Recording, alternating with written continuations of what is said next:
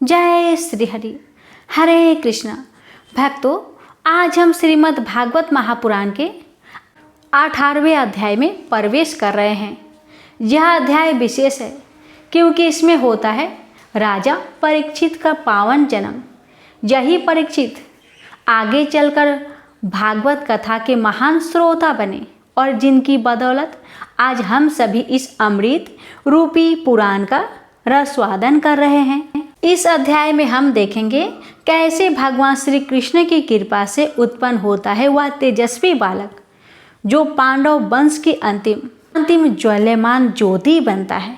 आइए इस दिव्य प्रसंग को श्रवण करें श्रद्धा, प्रेम और ज्ञान के साथ।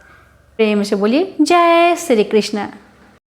भक्तों, शौनक जी ने कहा, अश्वत्थामा ने जो अत्यंत तेजस्वी ब्रह्मशस्त्र चलाया था उससे उत्तरा का गर्भ नष्ट हो गया था, परंतु भगवान ने उसे पुनः जीवित कर दिया।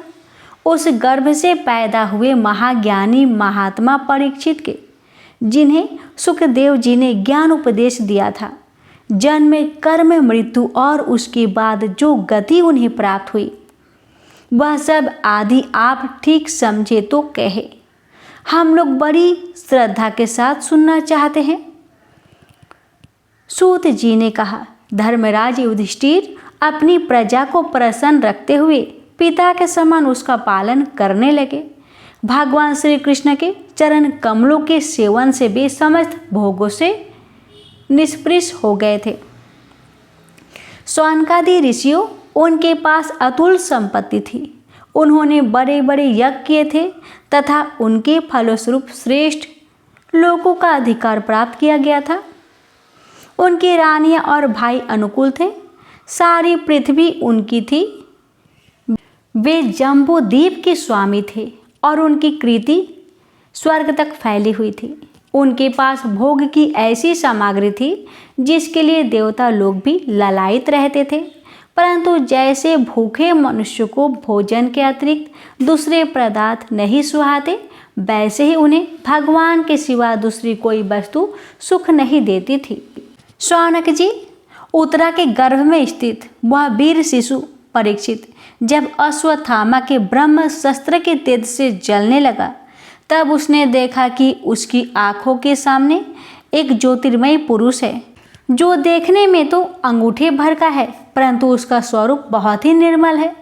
अत्यंत सुंदर श्याम शरीर है, बिजली के समान चमकता हुआ पीतांबर धारण किए हुए है। सिर का सोने का मुकुट झिलमिला रहा है। उस निर्विकार पुरुष के बड़ी ही सुंदर लंबी लंबी 4 भुजाएं हैं। कानों में तपाए हुए स्वर्ण के सुंदर कुंडल है। आँखों में लालिमा है। हाथों में लू के समान जलती हुई गदा लेकर उसे बार बार घुमाता जा रहा है और स्वयं शिशु के चारों ओर घूम रहा है। जैसे सूर्य अपनी किरणों से कोहरे को भगा देते हैं, वैसे ही वह उस गदे के द्वारा ब्रह्मशस्त्र के तेज को शांत करता जा रहा था। उस पुरुष को अपने समीप देखकर वह गर्भस्थ शिशु सोचने लगा कि यह कौन है। इस प्रकार उस 10 मास के गर्भस्थ शिशु के सामने ही धर्म रक्षक अप्रेमय भगवान श्री कृष्ण ब्रह्म शस्त्र को तेज को शांत करके वही अंतर्ध्यान हो गए। तदंतर अनुकूल ग्रहों के उदय से युक्त समस्त सद्गुणों को विकसित करने वाले शुभ समय में पांडु के वंशधर परीक्षित का जन्म हुआ। जन्म के समय ही वह बालक इतना तेजस्वी दिख पड़ता था मानो स्वयं पांडु ने ही फिर से जन्म लिया हो। पौत्र के जन्म की बात सुनकर राजा युधिष्ठिर मन में बहुत प्रसन्न हुए। उन्होंने धौम्य, कृपाचार्य आदि ब्राह्मणों से मंगला वाचन और जात कर्म संस्कार करवाए। महाराज युधिष्ठिर दान के योग्य समय को जानते थे। उन्होंने प्रजातीर्थ नामक काल में अर्थात नाल काटने के पहले ही ब्राह्मणों को स्वर्ण, गौएं, पृथ्वी, गांव, उत्तम जाति के हाथी, घोड़े और उत्तम अन्न का दान किया। ब्राह्मणों ने संतुष्ट होकर अंत्य विनयी युधिष्ठिर से कहा, पुरुष वंश शिरोमणे, काल की दुर्निवार गति से यह पवित्र पुरुवंश मिटना ही चाहता था, परंतु तुम लोगों पर कृपा करने के लिए भगवान विष्णु ने यह बालक देकर इसकी रक्षा कर दी, इसलिए इसका नाम विष्णुरात होगा। निसंदेह यह बालक संसार में बड़ा यशस्वी, भगवान का परम भक्त और महापुरुष होगा।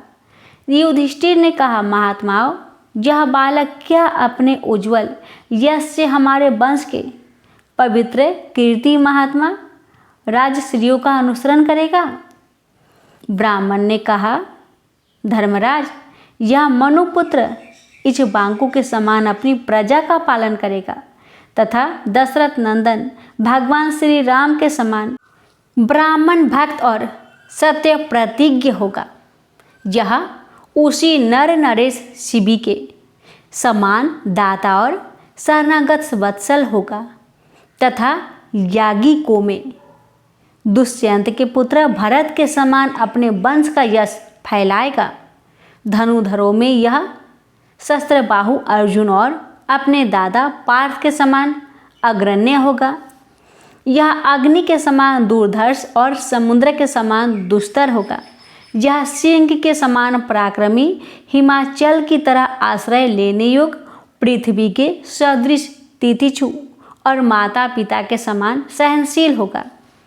इसमें पितामह ब्रह्मा के समान समता रहेगी। भगवान शंकर की तरह यह कृपालु होगा और संपूर्ण प्राणियों को आश्रय देने में यह लक्ष्मीपति भगवान विष्णु के समान होगा। यह समस्त सद्गुणों की महिमा धारण करने में श्री कृष्ण का अनुयायी होगा। रत्नी देव के समान उदार और ययाति के समान धार्मिक होगा। धैर्य में बलि के समान और भगवान श्री कृष्ण के प्रति दृढ़ निष्ठा में यह प्रहलाद के समान होगा। यह बहुत से अश्वमेध यज्ञों का करने वाला और वृद्धों का सेवक होगा। इसके पुत्र राजश्री होंगे। मर्यादा का उल्लंघन करने वालों को यह दंड देगा।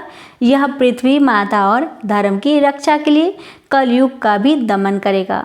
ब्राह्मण कुमार के श्राप से तक्षक के द्वारा अपनी मृत्यु सुनकर यह सबकी आसक्ति छोड़ देगा और भगवान के चरणों की शरण लेगा। राजन, व्यासनंदन सुखदेव जी से यह आत्मा के यथार्थ स्वरूप का ज्ञान प्राप्त करेगा और अंत में गंगा तट पर अपने शरीर को त्याग कर निश्चय ही अभय पद प्राप्त करेगा। ज्योतिष शास्त्र के विशेषज्ञ ब्राह्मण राजा युधिष्ठिर को इस प्रकार बालक के जन्म में लगन का फल बताकर और भेंट पूजा लेकर अपने अपने घर चले गए। वही यह बालक संसार में परीक्षित के नाम से प्रसिद्ध हुआ, क्योंकि वह समर्थ बालक गर्भ में जिस पुरुष का दर्शन पा चुका था उसका स्मरण करता हुआ लोगों में उसी की परीक्षा करता रहता था कि देखे इनमें से कौन सा वह है। जैसे शुक्ल पक्ष में दिन प्रतिदिन चंद्रमा अपनी कलाओं से पूर्ण हुआ बढ़ता है, वैसे ही वह राजकुमार भी अपने गुरुजनों के लालन पालन से क्रमशः अनुदिन बढ़ता हुआ शीघ्र ही सायना हो गया। इसी समय स्वजनों के वध का प्रायश्चित करने के लिए राजा युधिष्ठिर ने अश्वमेध यज्ञ के द्वारा भगवान की आराधना करने का विचार किया, परंतु प्रजा से वसूल किए हुए कर यानी जुर्माने की रकम के अतिरिक्त और धन न होने के कारण वे बड़ी चिंता में पड़ गए। उनका अभिप्राय समझकर भगवान श्री कृष्ण की प्रेरणा से उनके भाई उत्तर दिशा में राजा मरुत और ब्राह्मणों द्वारा छोड़ा हुआ बहुत सा धन ले आए। उससे यज्ञ की सामग्री एकत्र करके धर्मभीरु महाराज युधिष्ठिर ने 3 अश्वमेध के द्वारा भगवान की पूजा की। युधिष्ठिर के निमंत्रण से पधारे हुए भगवान ब्राह्मणों द्वारा उनका यज्ञ संपन्न कराकर अपने सुहृद पांडवों की प्रसन्नता के लिए कई महीनों तक वहीं रहे। शौनक जी इसके बाद भाइयों सहित राजा युधिष्ठिर और द्रौपदी से अनुमति लेकर अर्जुन के साथ यदु वंशियों से घिरे हुए भगवान श्री कृष्ण ने द्वारिका के लिए प्रस्थान किया। प्रेम से बोलिए हरे कृष्णा। भक्तों, इस प्रकार श्रीमद् भागवत महापुराण की 18वां अध्याय संपन्न होता है। इस अध्याय में हमने सुना भगवान श्री कृष्ण की कृपा से जन्मे पांडव वंश के तेजस्वी उत्तराधिकारी राजा परीक्षित की दिव्य कथा, जिनके जन्म से महापुरुषों को आशा मिली और जिनके जीवन से भागवत श्रवण की परंपरा आरंभ हुई। तो आइए कल के अध्याय में और गहराई से जानेंगे परीक्षित के जीवन और उनके कर्मों की गाथा। प्रेम से बोलिए हरि ओम।